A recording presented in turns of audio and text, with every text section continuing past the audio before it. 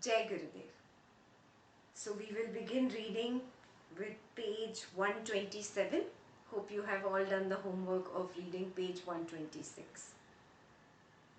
We can start reading now. You attain the vision of truth. Descriptions of creation, etc., are given in the scriptures for the purpose of instructing disciples.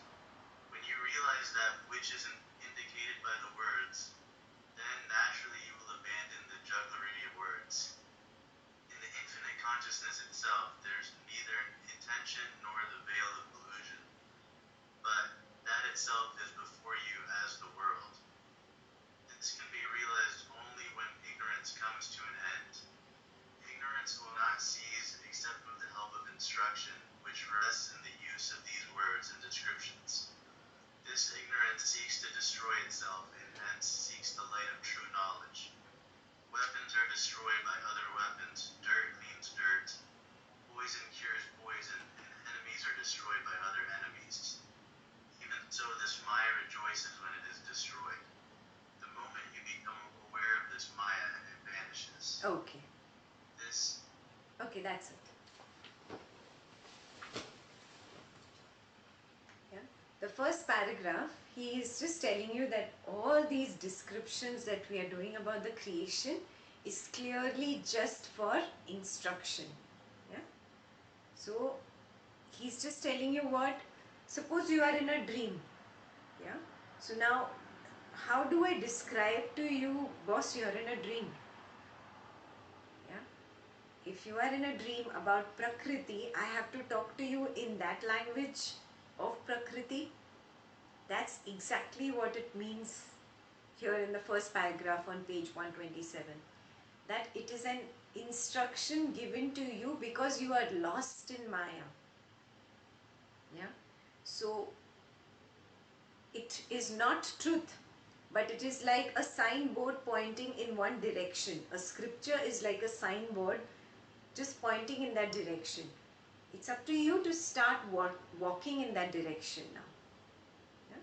That's the purpose of a scripture. That's what is described in the first paragraph. We read the last sentence again. In the infinite consciousness itself, there is neither an intention nor the veil of delusion. Yeah? But that itself is before you as the world. Yeah? There is really nothing like a dream. Yeah? But this you realize only after you come out of a dream. Right? When you are dreaming, you think it is so real, no? Yeah, even if you are going through a happy dream, you are actually experiencing the joy. Even though your body must be lying horizontal on that bed, you have a smile on your face. Yeah? On the other hand, if you are in a dream where you are going through a nightmare, you are actually experiencing the fear lying on that bed. Yeah? So, this is only in Maya. When you are out of the Maya, when you are out of the dream, it does not appear so. So that is the beauty that is explained in the second paragraph. This can be realized only when ignorance comes to an end. Yeah? Simply saying this can be realized only when your dream comes to an end. When you get up in the morning and sit up, then you realize, oh, all that was a dream, man. Yeah? But when you were in the dream, you did not realize it. Yes? That's the thing. Ignorance will not cease except with the help of instruction, which rests in the use of these words and descriptions. Yeah? Without an instruction, you will not be able to get out of this Maya. That is what he's saying. You cannot get out of the dream. So a scripture is nothing but waking you up. Mohit, wake up. Mohit, wake up. This is the scripture. Yeah? Ashtavakra has been doing that. Vasistha has been doing that. Just shaking you. Wake up. Wake up. Got it? This ignorance seeks to destroy itself and hence seeks the light of true knowledge. Yeah? Weapons are destroyed by other weapons. Dirt, cleans dirt, poison cures poison, and enemies are destroyed by other enemies. Even so, this Maya rejoices when it is destroyed. The moment you become aware of this Maya, it vanishes. You can highlight this line. You have to just become aware of the Maya. That's all that is required. Yeah? So enlightenment is not some 100-step process and I am on this step and I don't know when, which lifetime I'm going to reach that 100 steps. No, it's actually a one-step process. Waking up. Open your eyes wide and look at it. Yeah, that's exactly what Vasistha is saying in these 2 paragraphs. Yeah? And continue with the next paragraph. This ignorance will not go away without self-knowledge, and self-knowledge arises only when the scriptures are studied deeply. Whatever may be the origin of this ignorance, surely even that exists in the self. Hence, O Rama, do not inquire into how has this ignorance arisen, but inquire into how shall I get rid of it. When this ignorance or Maya has ceased to be, then you shall know how it arose. You will realize that this ignorance is not a real entity. Okay. This I is... should again declare. Yeah, just one paragraph. Yeah. This is the key, huh? When you are in the dream, you will not be able to realize that this is a dream. Only when you wake up and sit up and then you realize, oh, that was a dream. Got it? Exactly the same thing Vasistha is saying here. That when this ignorance or Maya has ceased to be, then you shall know how it arose. You will realize that this ignorance is not a real entity. Just like when you wake up in the morning and you realize, oh, that dream was not real. Yes, it's exactly like that. Yeah. So, it is pointless to inquire, oh, how did this dream begin? Absolutely pointless. You are still in the dream. So, what is a sensible thing to do? Is to find a way to get rid of this ignorance, to get rid of this Maya. When I wake up, I will know the answer, how it arose in the first place. Got it? Yeah? That is the main sutra there. That don't run after why this and why that, why it happened or how it happened. Don't worry about that. Look into how I can get out of this Maya. Yeah, I recognize, I understand, I have been caught up in raga and dvesha of wife and husband and child and mother and father and kid and money and job and career and etc. etc. etc. Yeah, recognize, oh, I am lost in this Maya. Now don't start thinking, oh, how did I get lost in this Maya? Drop, that answer will come in its own time. You think about, how do I get out of this now? Again I repeat, it does not mean running away to the Himalayas.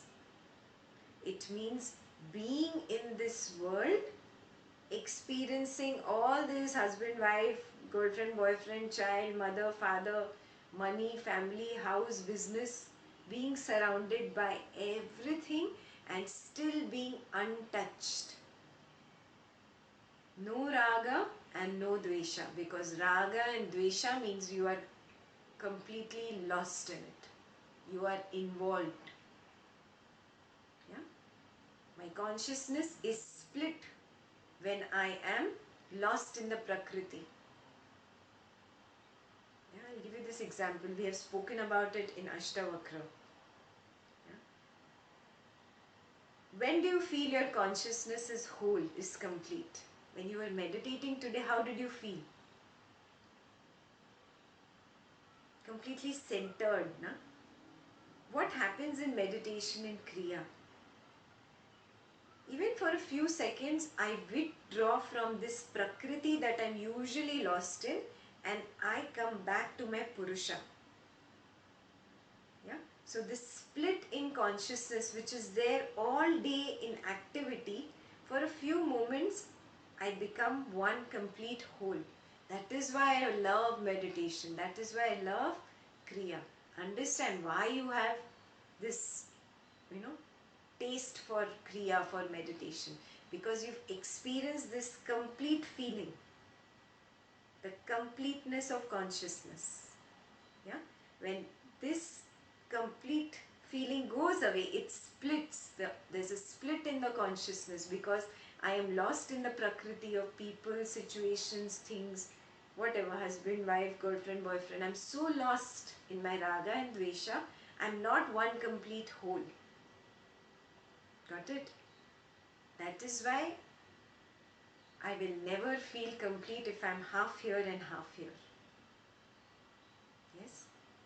The best way is to become whole.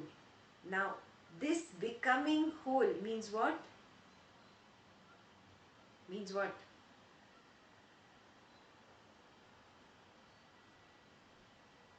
Puno? So I meditate all day, 24 hours.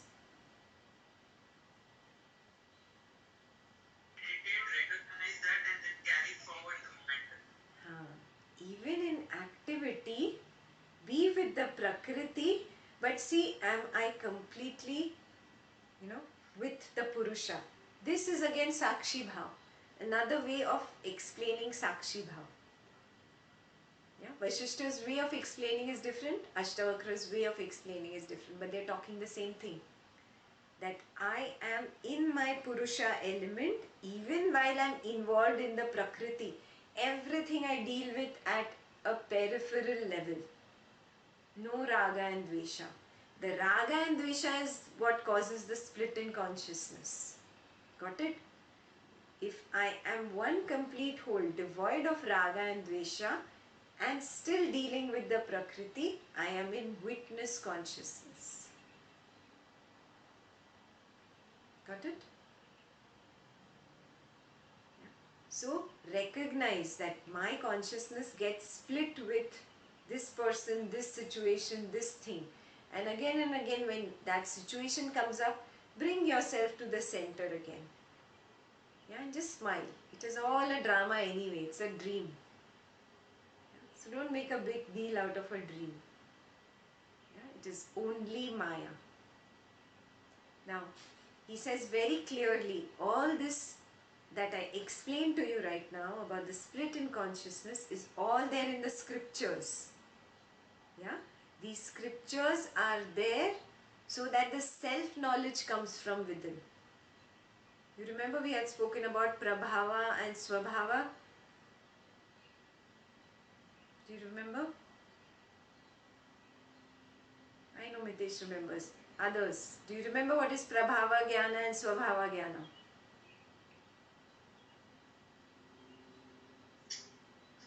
Ekta, not knowing the taste of alcohol is Prabhava Jnana. Knowing it is Swabhava Jnana. Mitesh's examples are so dangerous, no?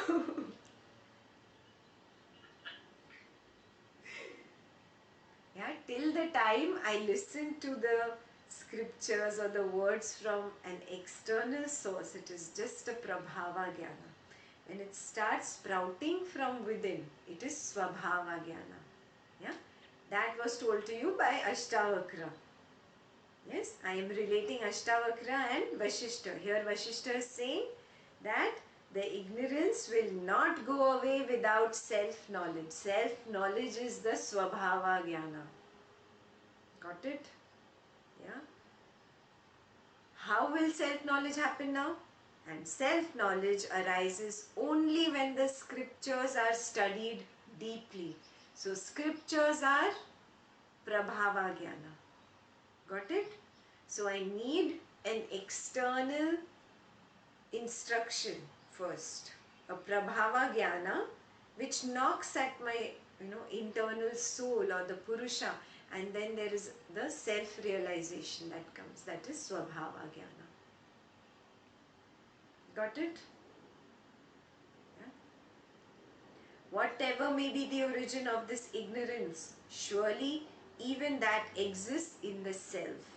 Hence, O Rama, do not inquire into how this ignorance has arisen, but inquire into how shall I get rid of it.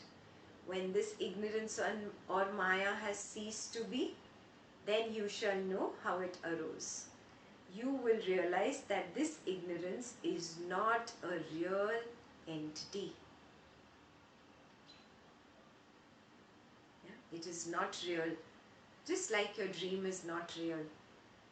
Yeah? When you are in the dream, you feel this is real. That beautiful woman, yeah, is real. But when you wake up, she's really not there in the room. Yeah? Just like that. Yeah? This Maya is not real. But till you wake up, you are still caught in it. Clear? Yeah, very important paragraph. Can we go ahead?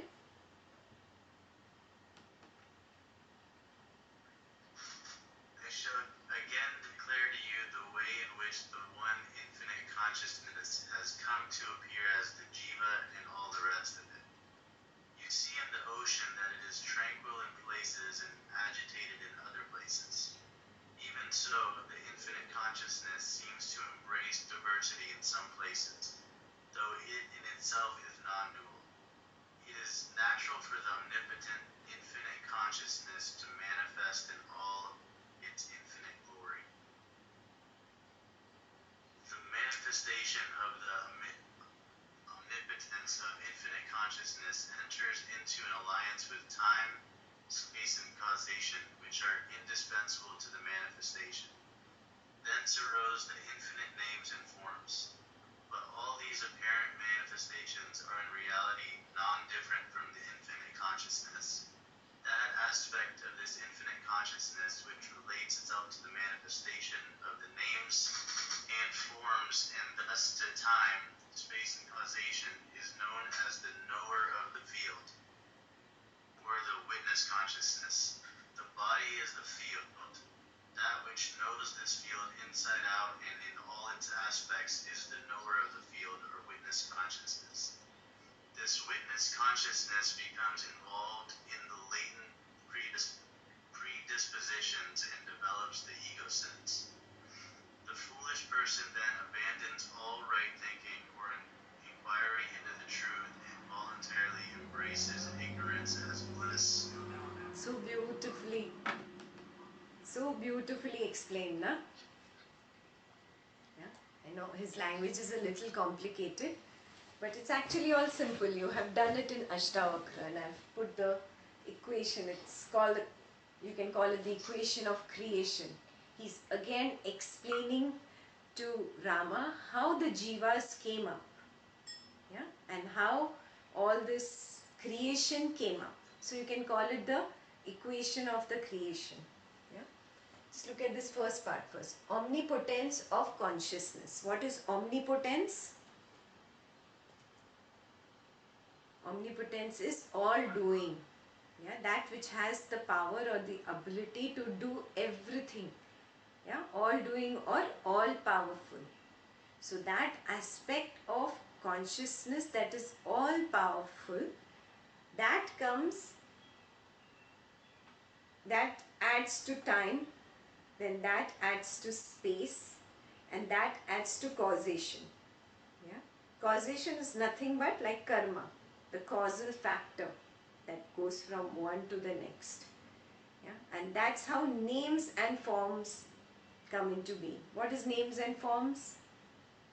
What you are looking at is a computer. It has a form and it has a name, computer. Yeah? If you really look very practically and objectively at the entire universe, it is nothing but name and form and name and form and name and form and name and form and name and form. That's it. That's what the entire universe is. Yeah? And how did that entire universe get created? Just by that aspect of consciousness that is so powerful. That powerful aspect of consciousness said that I am space. Yeah?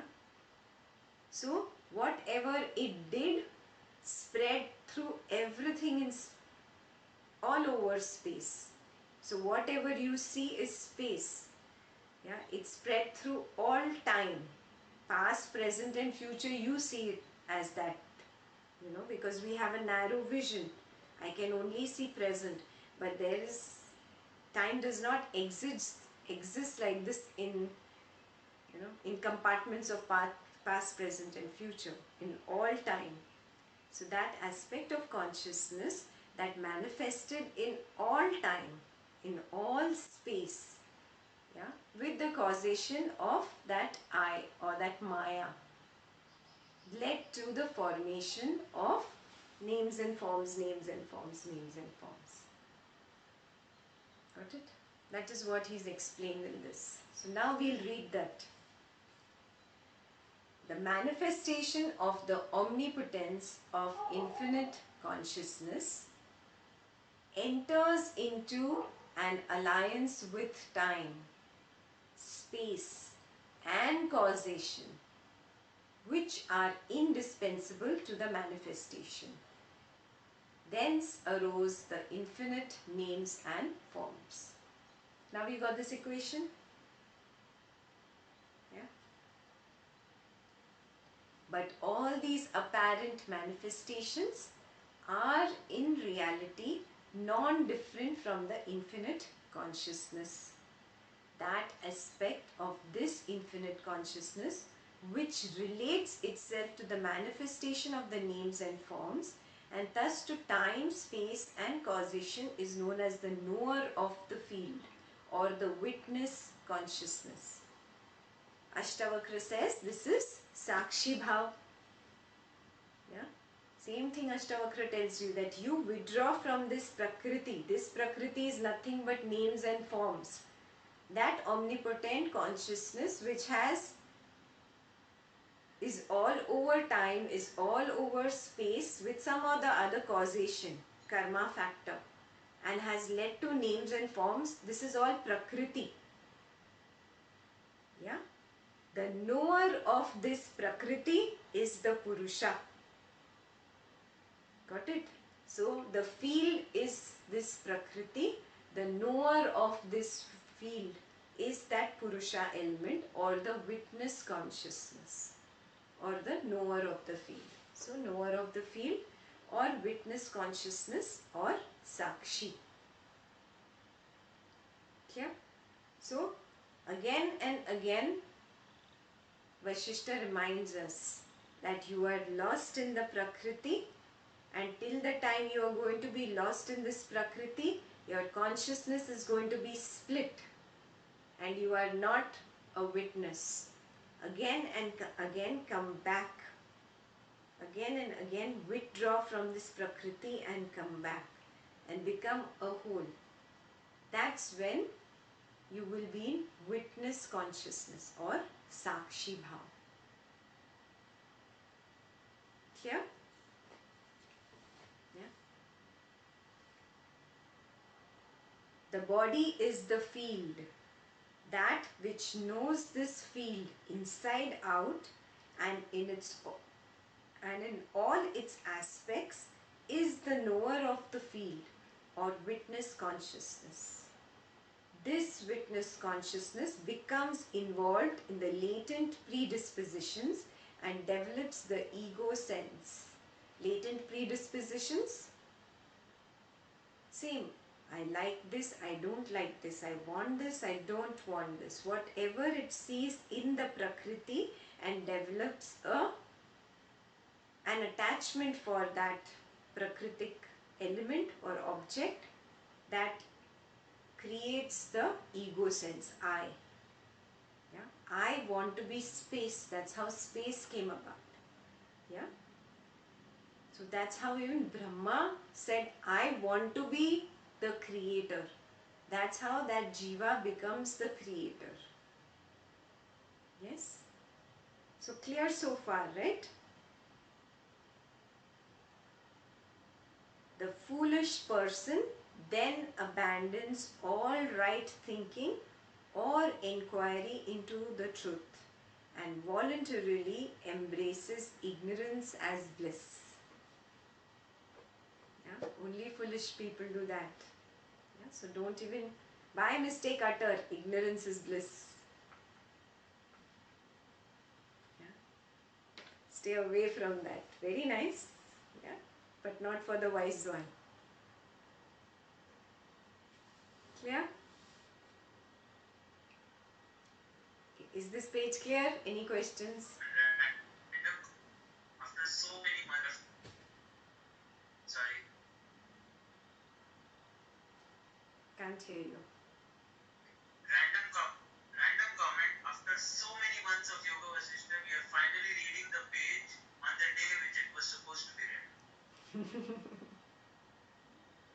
This is the 6th May page.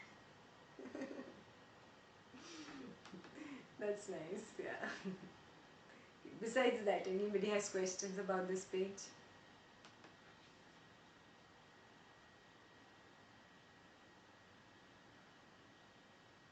No? All good? So let's go to the next page. Page 128. Who's going to read? You can read now.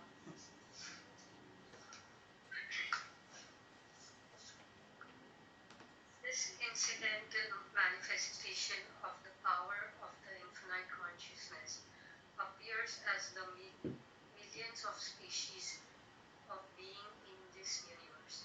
These countless beings are caught up in their own mental condition. They are found in every country and every place in the universe, and they are in every conceivable kind of situation.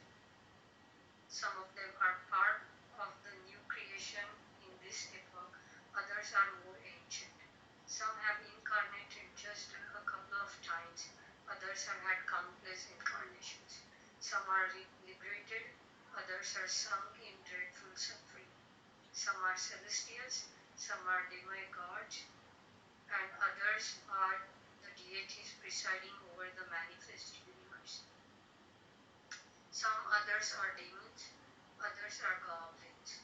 Some are members of the four castes of human beings, and others are members of primitive uncivilized tribes. Should I continue? Yeah. Some of them are in the form of herbs and grass, others appear as root, fruits, and leaves. Some are in the form of creepers, and some are living as flowers. Some are the king and their minister clad in royal robes. Others are clad in rags and bark of trees, either because they are anchorites or they are beggars. Some are snakes and others are insects. Others are animals like lions, tigers, etc. Some are birds, others are elephants and donkeys. Some are prosperous, others are in adverse circumstances. Some are in heaven, others are in hell. Some are in the region of the stars, others are in the hole of dying trees. Some live among liberated sages, others are already liberated sages who have risen above body consciousness. Some are endowed with enlightened intelligence. Some are extremely dumb. O Rama, just as in this universe there are countless beings of various species, in other universes too there are similar beings with different bodies suited to those universes. But all of them are bound by their own mental condition. These beings roam this universe, sometimes uplifted, sometimes degraded, and death plays with them as with a ball. Bound to their own countless desires and attachments, and limited by their own mental condition, they migrate from one body to another. They will continue to do so till they perceive the truth concerning their own self, which is infinite consciousness. After attaining this self-knowledge, they are liberated from delusion, and they do not return to this plane of birth and death anymore. sage said this, the ninth day came to an end and the assembly dispersed. Okay, so we have done this n number of times. Yeah, he told you how in this different equation how these names and forms came about. Yeah, now everything and everybody is a name and form, is nothing but a jiva. Yes, and these jivas, these creatures live in so many different descriptions he's given you. This description is just in one page, huh? If you actually read the Sanskrit text, it goes into 2 pages, page 43 and 44. Yeah, and the Sanskrit text is bigger than this small book. Yeah, it goes on and on describing that there are so many different species on this planet, and not just on this planet, even on many more other planets.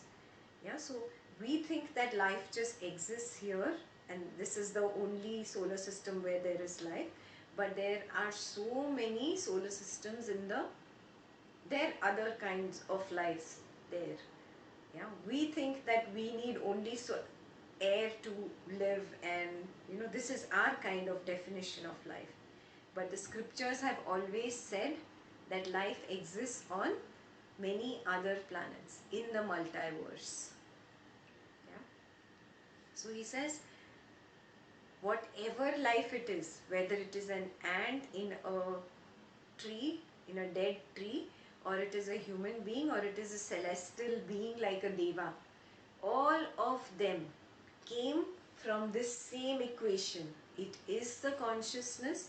It is the same consciousness that got deluded, yeah, got lost in this Maya, yeah, because of time, space and causation. The ego sense came up and it got a name and a form.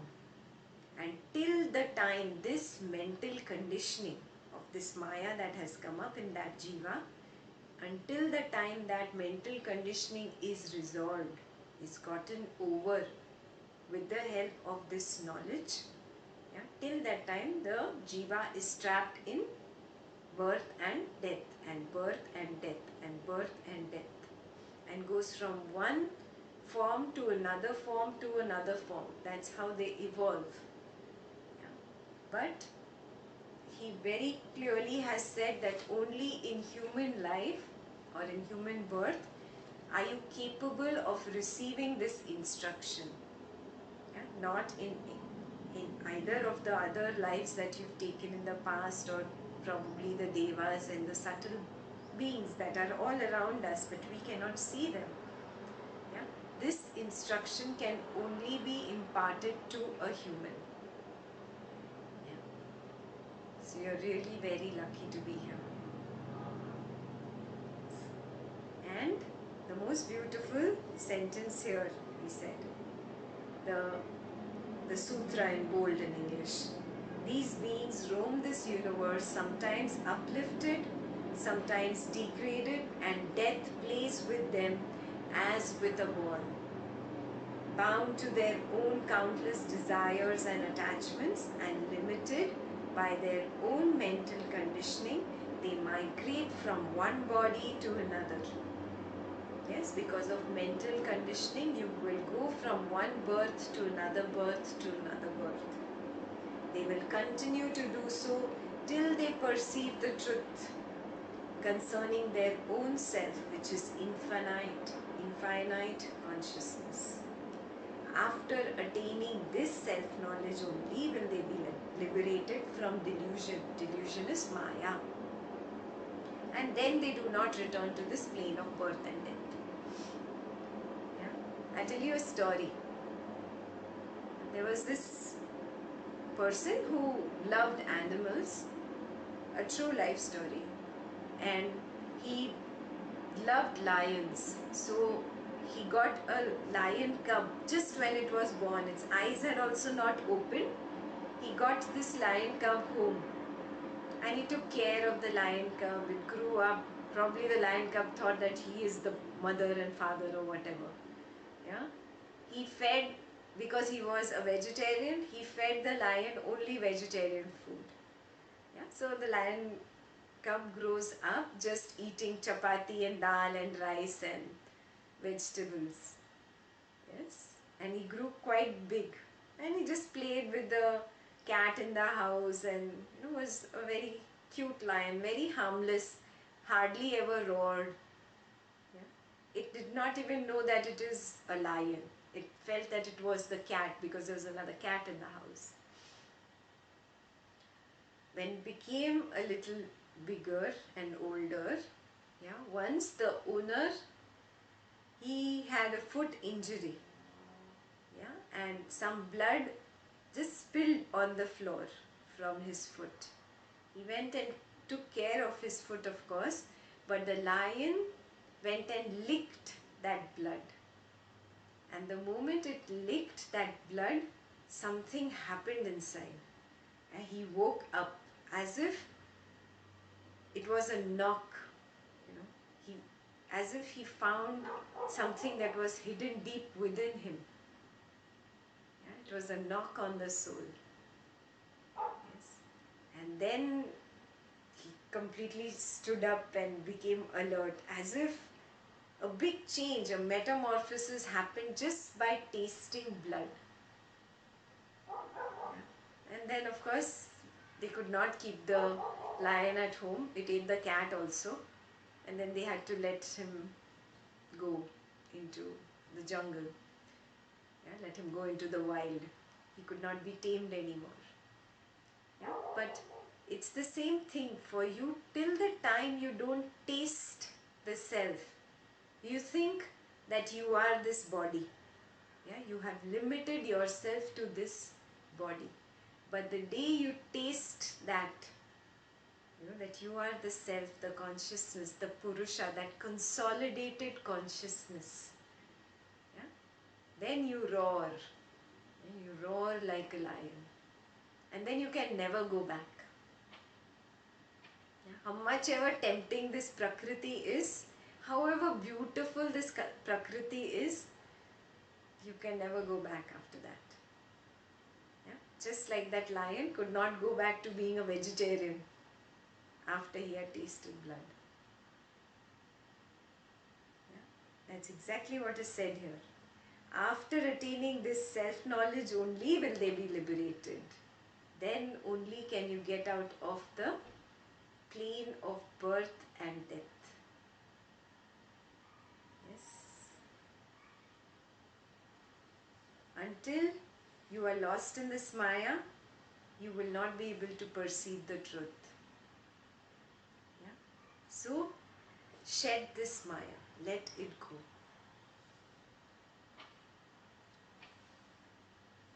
Yeah? It's a simple page. No? We read page 129 now. Who'll read? Again. That which was non-existent in the beginning, and that which shall cease to be in the end, is not real in the middle, in the present either. That which exists in the beginning and in the end is the reality in the present too.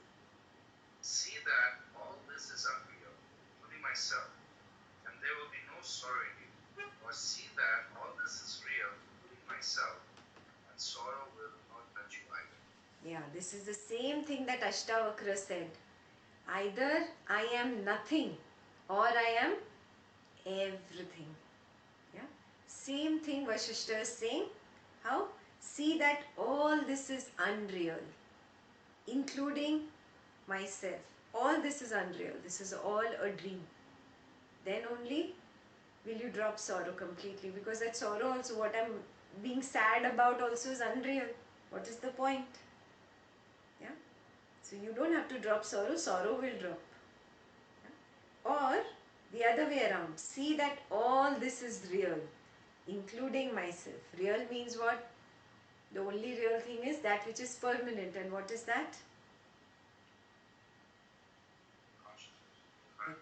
The consciousness. That is the only thing that is permanent. Yeah? Your house may last 100 years, 200 years, 500 years. But one day even that will go. Everything in this Prakriti is temporary. it is going to go. Yeah, remember that. Including this body, everything is going to go. There is only one real thing, the consciousness that existed in the past, that will be in the future, and that is there today. Yes, that is only the consciousness, not this Prakriti. Yeah? So then see that everything is that consciousness. Yeah? Whether it is a man, a woman, a child, a non-living object, the sky, the trees, the birds, mountains, everything is just the consciousness in different forms. Yeah? It is nothing but different names. And the nature of the wise person is not to desire for those experiences which one does not effortlessly obtain, and to experience those which have already arrived. okay. Yeah, this is very important. What is the nature of a wise person? Not to desire for those experiences which he does not effortlessly obtain. Where have you heard this before?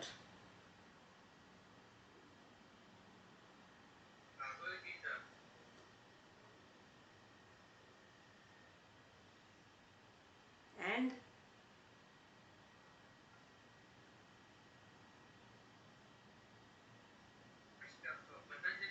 Ashtavakra.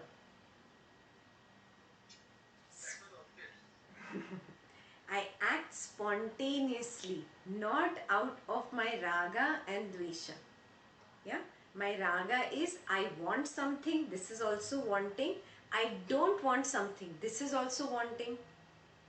Yeah, when I act out of raga or dvesha, I am not spontaneous. Yes, I am lost in the prakriti. When I drop the prakriti and I am completely in my purusha, consolidated consciousness, yeah, I act effortlessly. That is acting spontaneously. Same thing. Yeah, so correlate your Ashtavakra to Vasistha. Vasistha uses the word effortlessly and Ashtavakra says spontaneously. Yes? Yeah. So nature of the wise one is he will not run after something, keep running feverishly. Whatever comes effortlessly, he just lets that come. He recognizes, oh, this is my karma. Yeah? Whatever comes, let me be done with it, wash my hands off and move. Next. Yes? And the second qualification or the second point that is the nature of the wise person is to experience only those experiences which have already arrived. What does this mean? To experience only those experiences that have already arrived. Tell me. Isn't that living the present, not thinking of what's happening or coming tomorrow? This is what I need right now, and that's what I'm saying. And there is one more point to it. How do I live in the present?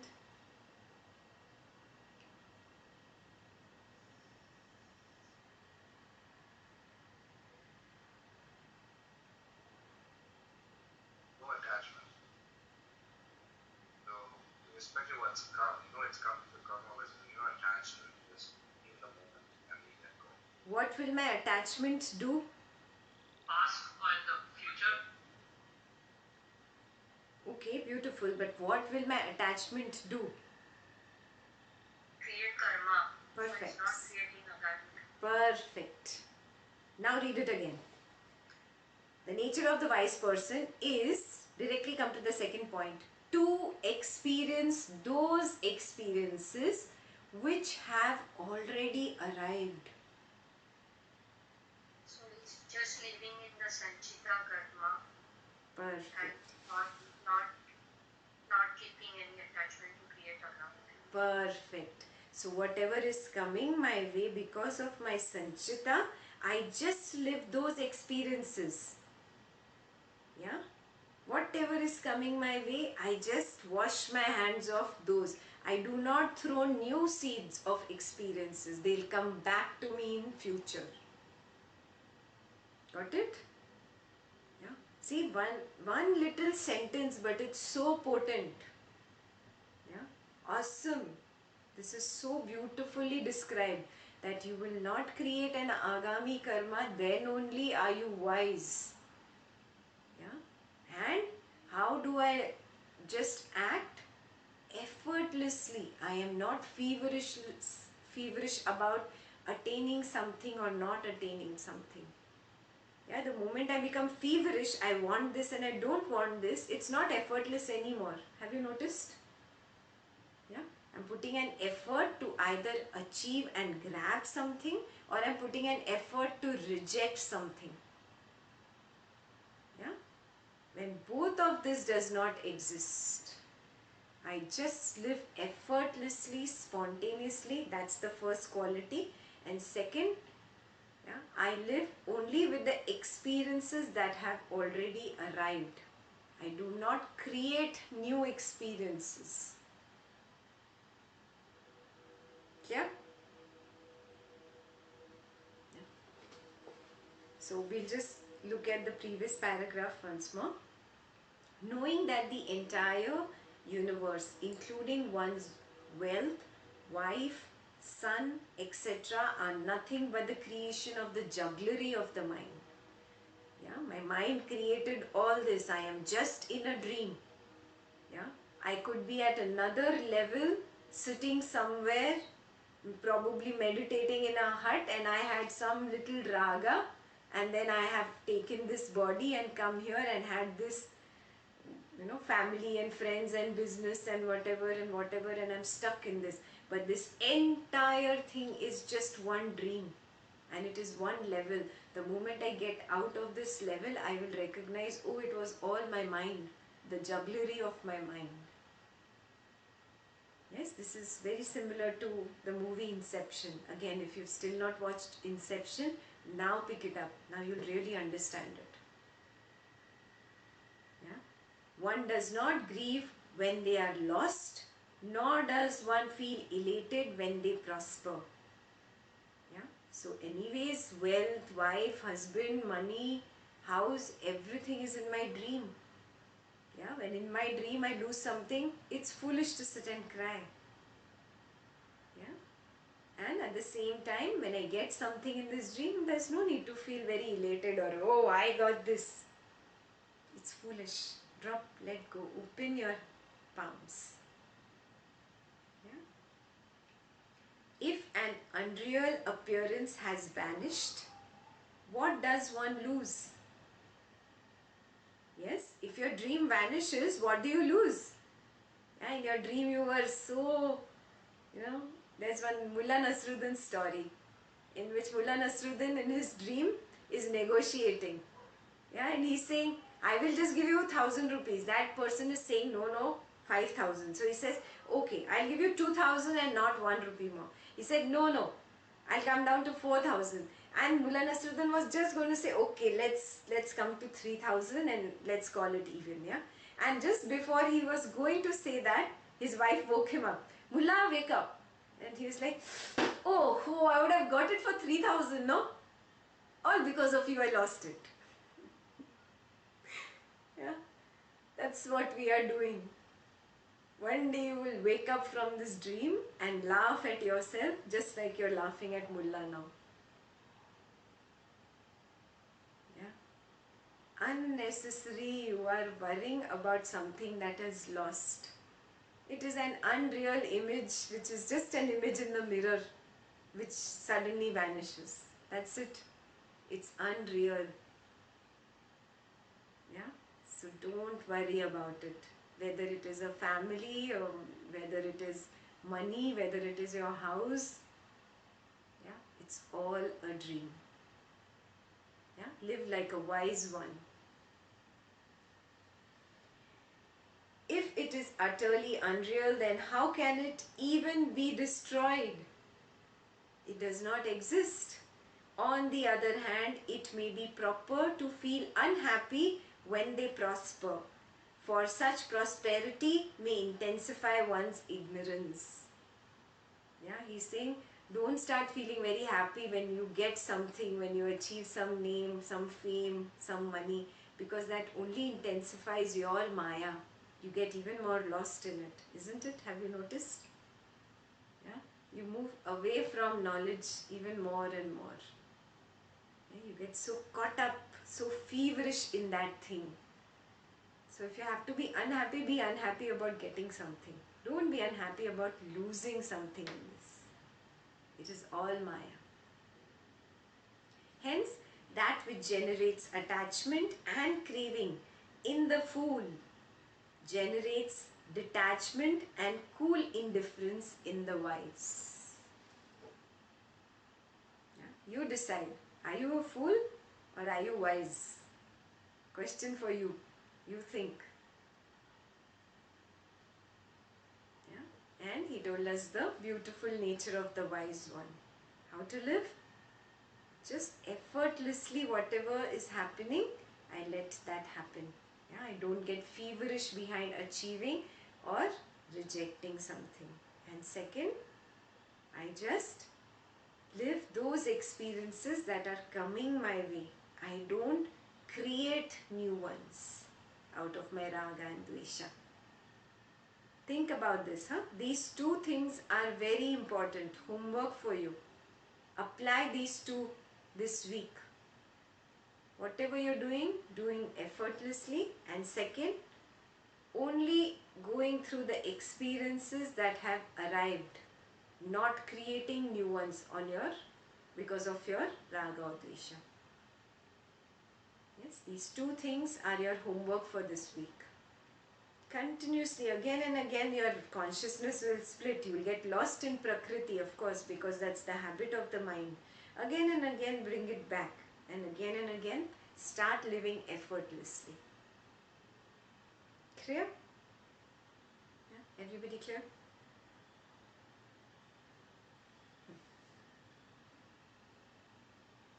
If one is able to wean the mind away from craving for sense pleasures by whatever means, one is saved from being drowned in the ocean of emotion.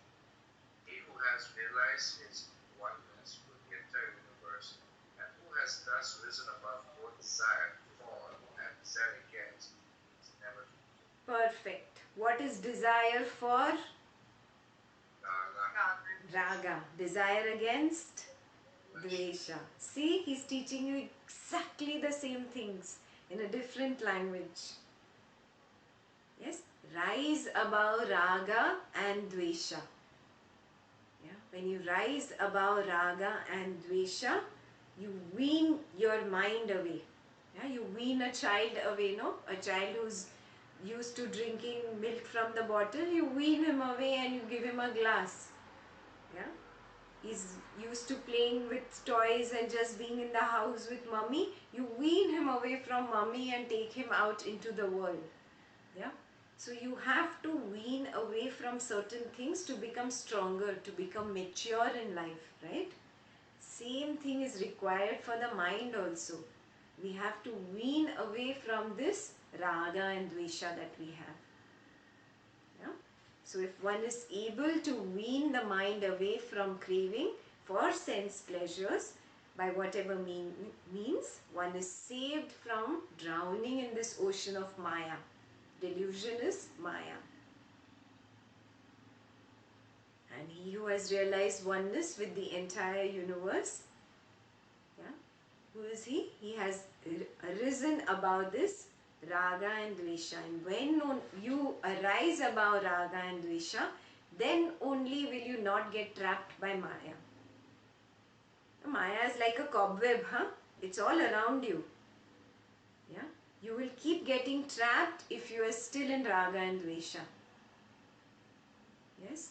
The moment you drop raga and dvesha and always centered, yeah, the Maya cannot even stain you, can't even come close to you. Yeah? It might affect this Prakriti because this body will go through its lifetime. You will go through old age, you will go through death, you will go through sickness, but still that will be at an external peripheral level, prakritic level. At the Purusha you are centered. Yeah? So even at death it will not touch you. If something is worth attaining, that is it. Rise above raga and dvesha, and hence rise above maya. Yeah? Go ahead. Therefore, O Rama, realize that self or infinite consciousness which permeates and therefore transcends both unreal and the real, and then neither grasps nor give up whatever is inside or outside. The wise sage who is established in such self-knowledge is free from any sort of coloring or mental conditioning or self-limitation. He is the sky or space which is totally free from being tainted by anything that happens within it. O Rama, in this ocean of ignorant mental conditioning, he who has found raft of self-knowledge is saved from drowning. He who has not found that raft is surely drowned. Therefore, Rama, examine the nature of the self with an intelligence as sharp as the razor's edge, and then rest established in self-knowledge. All the powers that are inherent in the mind, and by which the world has been brought into being, are found in the infinite consciousness. Hence, the sages have declared that the mind is omnipotent. Live as the sages of self-knowledge live. They know the infinite consciousness and the ordered periods. Hence, they do not relish nor renounce activity in this world. You too have attained self-knowledge, Rama. You are at peace. Perfect. Yeah. So again, he just repeats here. Do not grasp. Grasp means, yeah, you remember? Grinnati. We had done it, no, in Ashtavakra. Don't keep wanting, I want this, I want this, I want to achieve this, I want to attain that. Even in life, when you're going through just a simple normal relationship, even in that you are looking for attention, you're looking for love. There also you are grasping actually. Yeah, there is greed everywhere. Yeah, this is a very selfish way of living. Yeah, so that is why he says very beautifully, neither grasp nor give up. Yeah, now give up is not like giving up the way Narada tells you, but the way we say, oh, I don't want this, this I reject. It's that kind of giving up actually. Yeah. So get away from this greed of grasping and this shunning things or rejecting things. Yeah. In both, I am not in my center. Yeah. In both, I have either a raga or a dvesha. Yeah. He says, drop both. The wise sage who is established in such self-knowledge is free from any sort of coloring, yeah, or mental conditioning or self-limitation. Yeah, mental conditioning we have understood. Coloring you understand, getting colored by the people, situations and things that come and go in my life. Yeah, I get stuck or attached to something, or I get averse to something else. Yeah, this is coloring. It colors my vision. Mental conditioning happens because of this coloring. Yeah, then I start forming concepts about what I liked and what I disliked. Yes, and then I limit myself. Because of my concepts that I have formed, I limit myself. Oh, I am like this and I am not like this. This should be like this should not be like this. Got it? So these are 3 stages which happen at a very subtle level. What are the 3 stages? Who's awake? All sleeping? What are the 3 stages?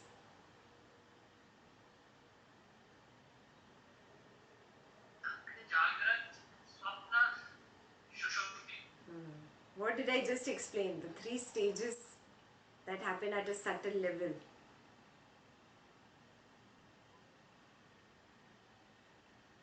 First, coloring happens because of some people, situations and things. My mind gets colored. Yeah? Second is then I get conditioned. This should be like this shouldn't be like this. Yeah? This I like, this I don't like. And the third stage is where I limit myself now. Oh, I am like this only. I am an angry person. I am a happy person. Oh, I am spiritual. Got it? Yeah, they are explained as if they are the same words, but they are actually in stages. First coloring happens, then mental conditioning happens, and third, yeah, we come to self-limitation. He uses the word, yeah, limiting my own self. Yeah. A sage or a wise one is like the sky. He is untouched. He is untainted. Yeah? So, O Rama, in this ocean of ignorant mental conditioning, he who has found the raft of self-knowledge is saved from drowning. Only self-knowledge can save you. Yes, that is the raft. Yeah? So, you check. Has that self-knowledge happened? Self-knowledge is Swabhava Jnana. Huh? Enough of Prabhava we've done. So much Prabhava. Patanjali, Upanishads, yeah? Ashtavakra, now Vasistha. So much Prabhava Jnana. Has Swabhava happened to you? Little bit. Homework number 3, I think. Yeah? Check. Has Swabhava started happening to me? Yeah? Have I got onto the raft of self-knowledge yet or not? He who has not found that raft is surely drowned. Therefore, O Rama, examine the nature of the self. How? With an intelligence as sharp as the razor's edge. Yeah? All the time examine. Am I in the self? Yeah? Oh, right now I am lost in raga and dvesha. This is definitely not the self. I like her. No, I dislike him. This is definitely not the self. You are not completely doing what Vasistha is instructing you. Constantly examine. Yeah, constantly examine the nature of your own self, and then you come back again and again. Yeah? Self is not really different. When this self is consolidated, yeah, there is the state of no mind. When this consciousness gets split and is lost in the Prakriti, it is called mind. Yeah? When I am examining with the intelligence of a razor's edge, I am very sharply looking, oh, am I lost in the Prakriti right now in Raga and Dvesha? And when I recognize, okay, I'm lost there, I come back to the center. Yes? I come back to my consciousness, the witness consciousness, the knower of the field. Yeah? This is exactly what Ashtavakra was telling you, Sakshi Bhav. Yeah? So take it up as another homework for the week. Again and again, examine, very minutely, where am I? Am I lost in Prakriti or am I in Purusha right now? And every time I notice I'm out, come back in. Every time I notice I'm out, come back in. Yes?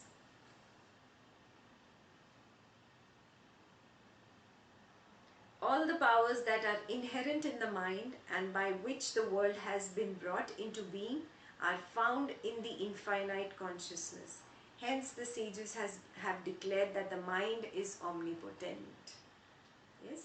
There is really no difference. It is just the same consciousness that gets split and is lost in the world. When it is lost in the world, it is called mind. The moment it is back to its center, it is no mind. Yeah? It is omnipotent, all powerful. That brings us to the last paragraph where he tells you, live like the sages. Yeah? Live like the sages of self-knowledge live. They know the infinite consciousness and the world appearance. They know both. Yeah? They understand Prakriti and they understand Purusha. Both.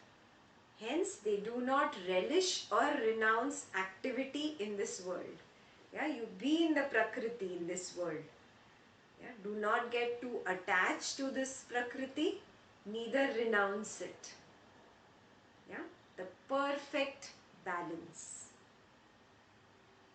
And he tells Rama, you too have attained self-knowledge and you are at peace.